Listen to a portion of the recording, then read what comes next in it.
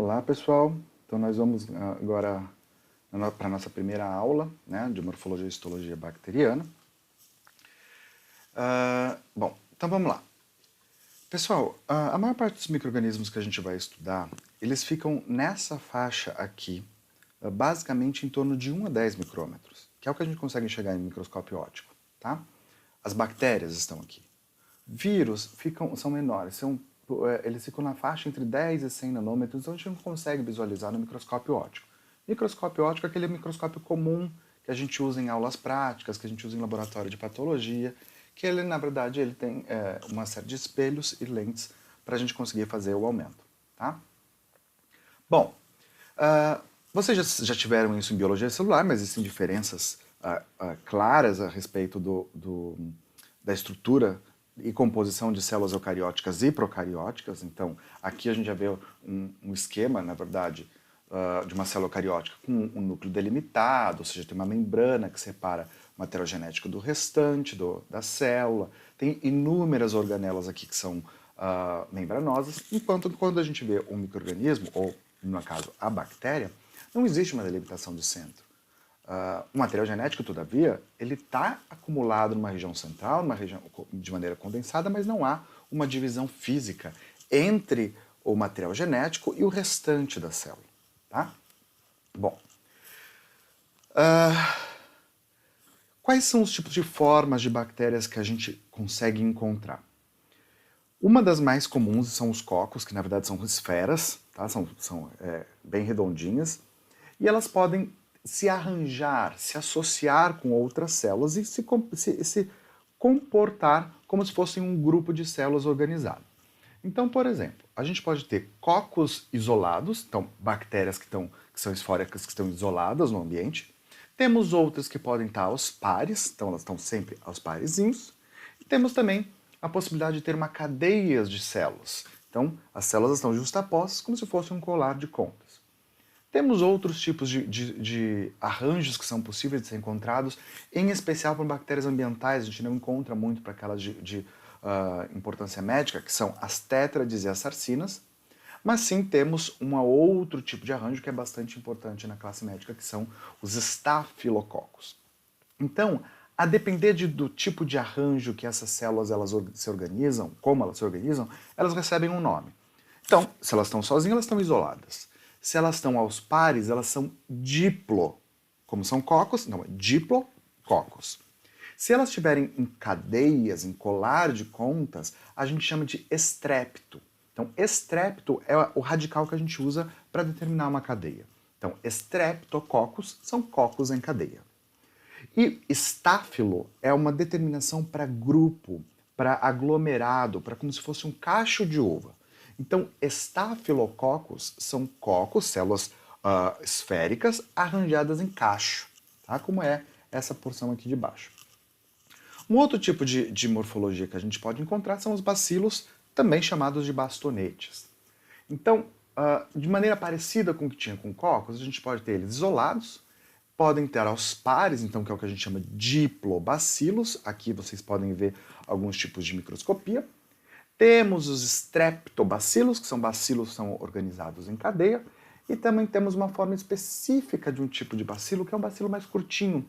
Ele não chega a ser um coco, né, não chega a ser uma esfera, mas ele é um bastonete, que ele é bastante curto, então às vezes a gente fica meio na dúvida se ele é um coco ou se ele é um bacilo. Então ele recebe o nome de coco-bacilo justamente porque ele tem uma morfologia intermediária. Existem outras morfologias que a gente encontra de importância médica, por exemplo, vibriões. Víbrio da cólera, por exemplo, a gente encontra com esse tipo de morfologia, que aqui é essa morfologia que eu estou indicando para vocês, é como se fosse uma vírgula. Espirilos, que são o que a gente encontra para Campylobacter, para Helicobacter pylori, são bactérias que elas são mais circulares até que o vibrião, elas quase formam uma saca-rolha, mas não chega a dar uma volta completa. Quando essas voltas se completam, aí a gente tem, na verdade, um outro tipo de morfologia, que é a morfologia de espiroquetas. Então, a gente tem inúmeras bactérias de importância médica que são espiroquetas. Por exemplo, Treponema pallidum, causadora da sífilis, temos Leptospira, causadora de leptospirose, e temos também a Treponema denticula, que é causadora de algumas doenças bucais. Tá? Existem outras morfologias que vocês podem encontrar, mas normalmente em organismos de vida livre, né, ambientais, não associados a nenhum tipo de patologia. Então vamos começar a falar sobre as estruturas internas da célula. Bom, começando então da parte mais central da célula, a gente vai indo para fora. Então o que a gente vê aqui é como se fosse um corte de um bastonete, de um bacilo, e essa região mais clara que vocês estão verificando aqui nada mais é do que o DNA, que está super compactado, enovelado no meio, na região central da célula. Tá? Isso aqui é uma microscopia eletrônica de transmissão, é um tipo de microscópio bastante potente. E aí, esse cromossomo, ou esses cromossomos, que pode ser mais de um, a gente chama de nucleoide, não é núcleo porque não tem a determinação ou delimitação física, é um nucleoide. Ele pode ser, esse cromossomo ou esses cromossomos podem ser circulares ou podem ser lineares. Tá? Bom, como eu disse para vocês, é um DNA que ele fica bastante compactado, tá? Porque ele tem que estar nessa região central aqui. E por que ele precisa estar compactado? Se a gente relaxar o DNA, ou seja, se a gente pegasse todo o DNA dentro de uma célula e desenovelasse, relaxasse ele, é isso que vocês iam encontrar aqui. Então, nessa região branca, era uma bactéria que sofreu ruptura. Todo esse emaranhado que vocês estão enxergando aqui é um único cromossomo circular que relaxou, que não está mais compactado e condensado no meio da célula. E além disso, a gente consegue ver aqui, apontado por essas setas pretas, duas outras moléculas muito menores de um DNA circular, que é o que a gente chama de plasmídio. Então, o plasmídio ele é um DNA que normalmente é circular, ele não necessariamente é circular, tá? Mas na maior parte das vezes que se replica, se copia de maneira completamente independente do que a gente vê para o cromossomo, e ele carrega genes importantes. Porém, apesar de carregar genes importantes, eles não carregam genes essenciais. Ou seja, genes essenciais são aqueles que são necessários em quaisquer, ou melhor, em todas as situações que a célula precisa para viver. O que quer dizer que ele pode trazer genes que são importantes, que tragam alguma vantagem, mas não que são essenciais. Ou seja, que a bactéria consegue viver na ausência daqueles genes. Tá? Bom, existem algumas outras estruturas internas que são possíveis de serem encontradas, como, por exemplo, grânulos de reserva, que podem ser encontrados em bactérias, inclusive, de importância médica, mas a gente tem outros tipos de estruturas, como vesículas de gás, que envolvem de flutuação, clorossomos, para aqueles micro-organismos que fazem fotossíntese. Tem uma lista de outros tipos de organelas que podem ser encontradas, mas que não tem muita relevância aqui para a gente, que estuda basicamente bactérias de importância médica e odontológica. Tá? Bom, agora, uma das estruturas internas mais importantes que a gente encontra são os endósporos. Endósporo, em bactéria, não é forma de reprodução. Ao contrário do que acontece em fungo, ao contrário do que acontece em algumas plantas, endósporo em bactéria é uma forma de resistência. Então, o que acontece? A bactéria ela percebe que ela está num ambiente que está mudando, que não vai ser capaz de manter a viabilidade dela, seja por esgotamento do alimento, seja por acúmulo de algum tipo de produto tóxico. Então, o que vai acontecendo? Ela vai se preparando, ela começa a circundar o seu material genético com um revestimento que é extremamente resistente. Ele resiste à radiação, a calor, à dessecação, a inúmeros desinfetantes, porque ele é impermeável, eles não coram com a maior parte dos métodos de coloração que a gente utiliza. E eles só acontecem em alguns tipos de bactérias, não é toda bactéria que faz.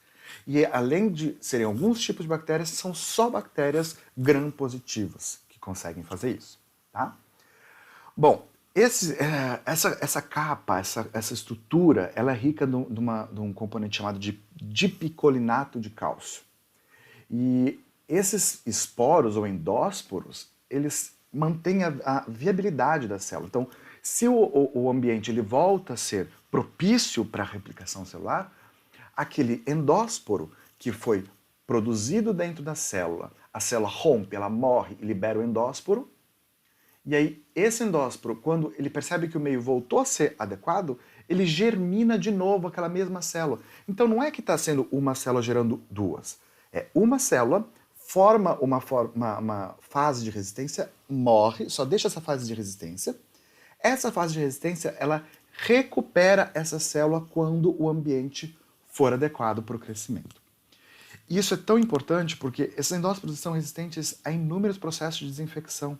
Então, se a gente não faz a esterilização do material adequadamente, e ele entrou em contato com uma bactéria, por exemplo, que seja esporuladora, esse seu material pode ficar contaminado com o endósporo e quando entrar em contato com o paciente, ele vai germinar ali, gerando um processo infeccioso. Okay? Existem dados de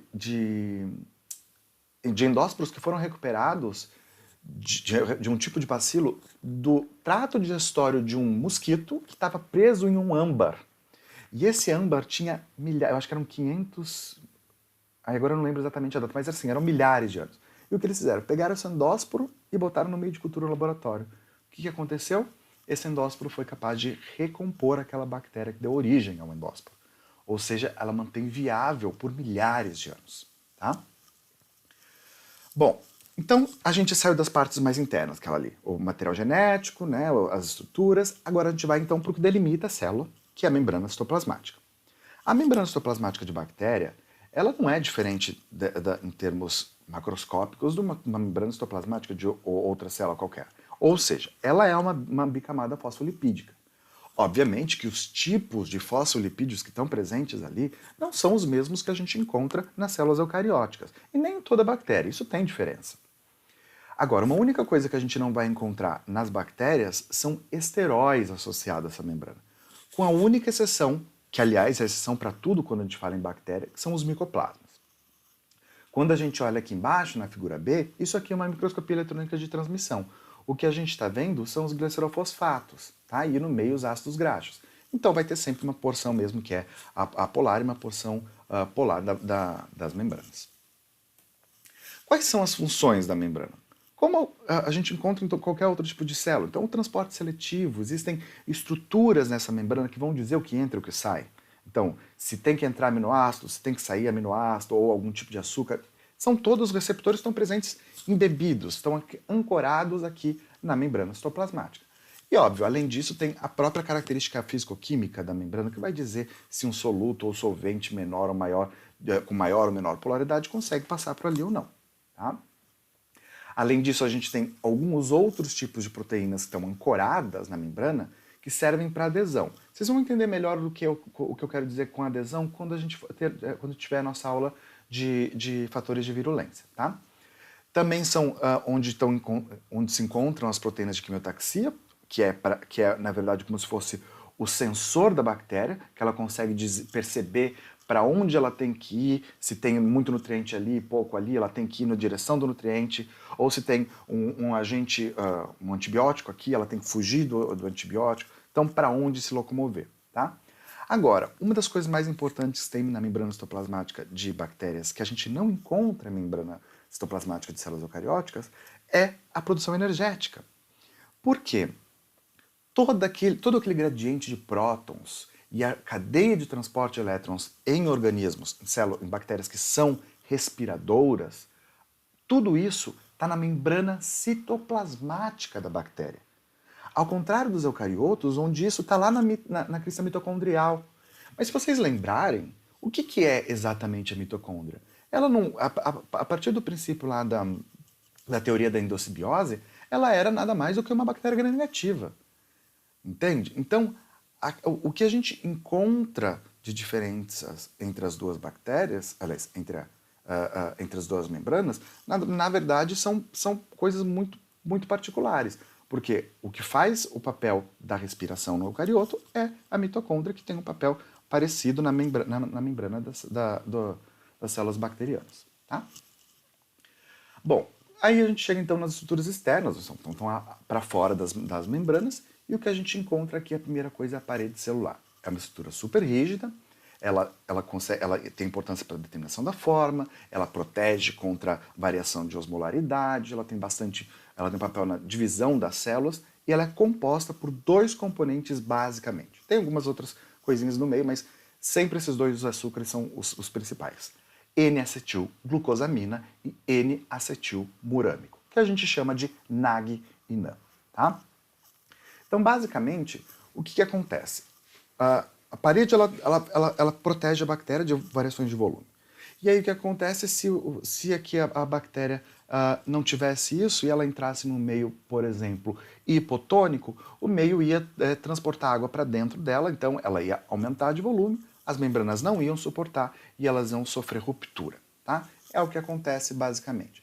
Então existe uma enzima que a gente produz, inclusive na nossa lágrima, no muco cervical, diversos outros tipos de secreções que produzem essa enzima chamada lisozima. Lisozima, ela cliva, ela corta as ligações entre NAG e NAN e ela enfraquece então essa parede da bactéria, podendo levar a bactéria à ruptura. Tá? Então é um mecanismo de defesa. Bom, majoritariamente existem dois grandes tipos de parede celular em bactéria e a gente chama elas de gram-positiva e gram-negativa. Não é à toa que eu estou colocando positivo em roxo e negativo em rosa aqui, mas a gente vai falar mais isso daqui uns slides para frente, também na nossa aula prática de coloração de gram. Então, basicamente, o que a gente tem? Nas bactérias gram-positivas, eu tenho aqui membrana citoplasmática e tenho aqui o peptidoglicano espesso, tá? Ele é bastante grosso.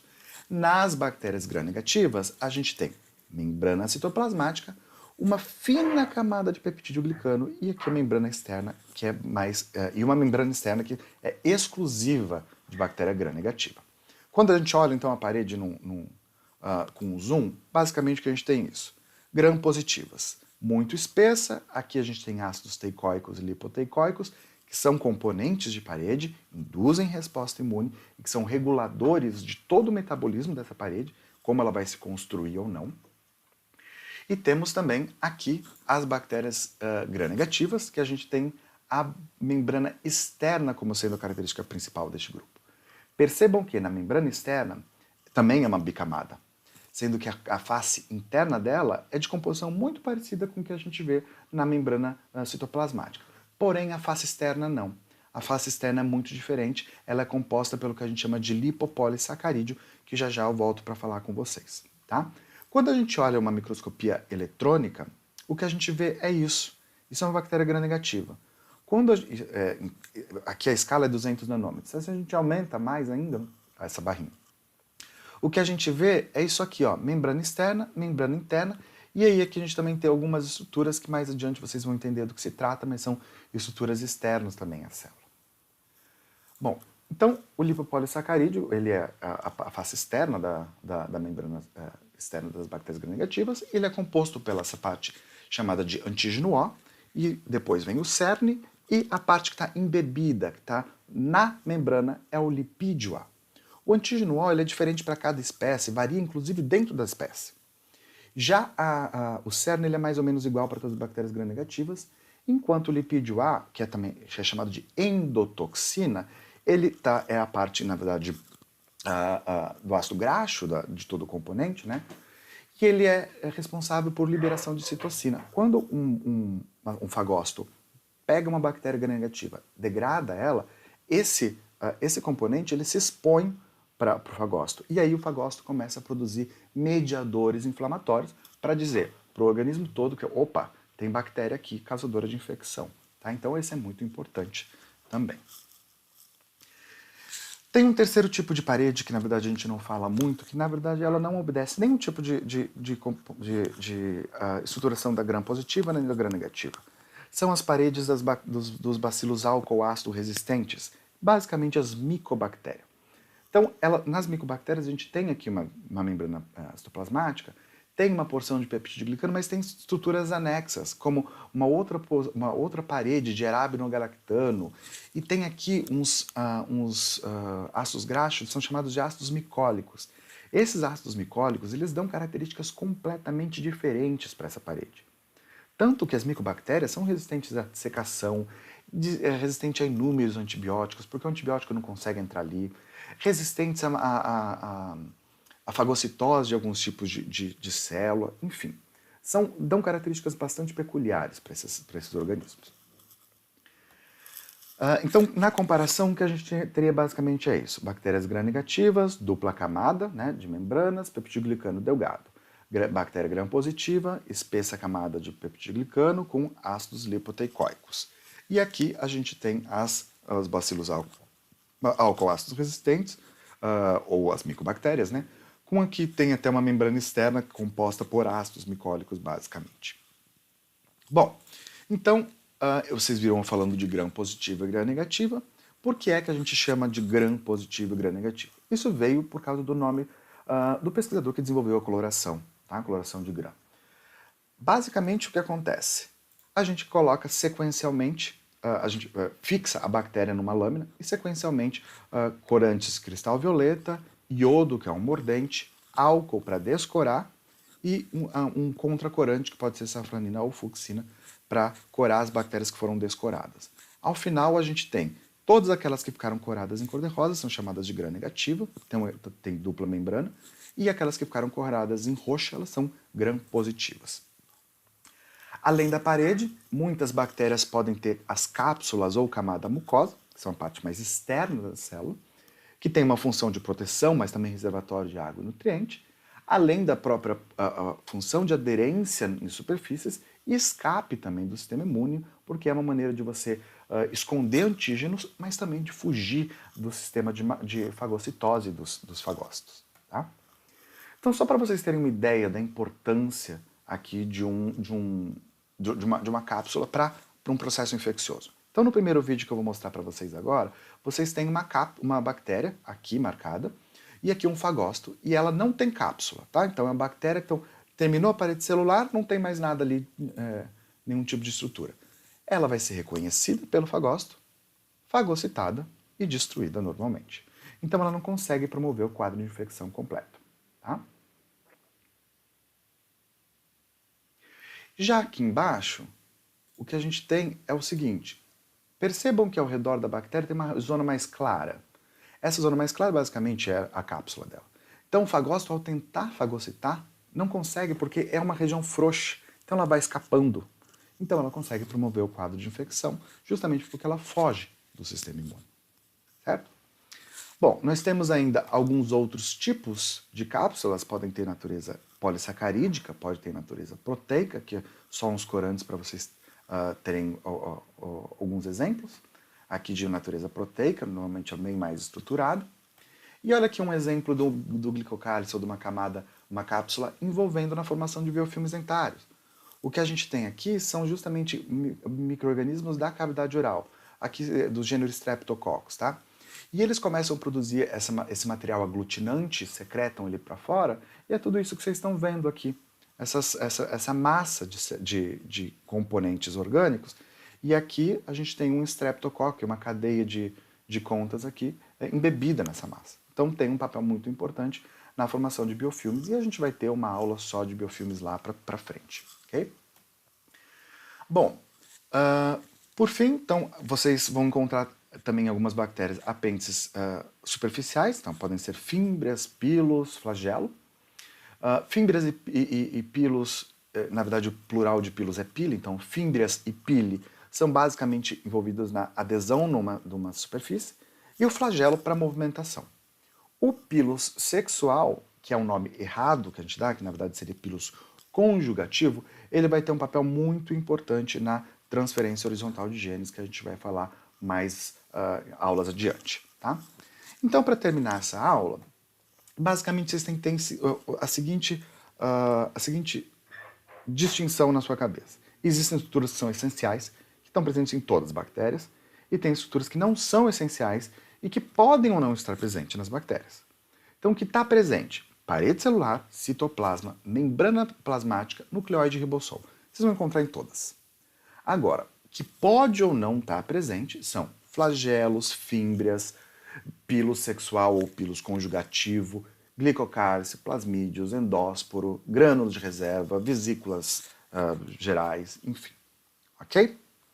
Então, a nossa aula de morfologia fica por aqui. Espero que vocês tenham gostado e que vocês consigam resolver os exercícios relacionados a essa parte.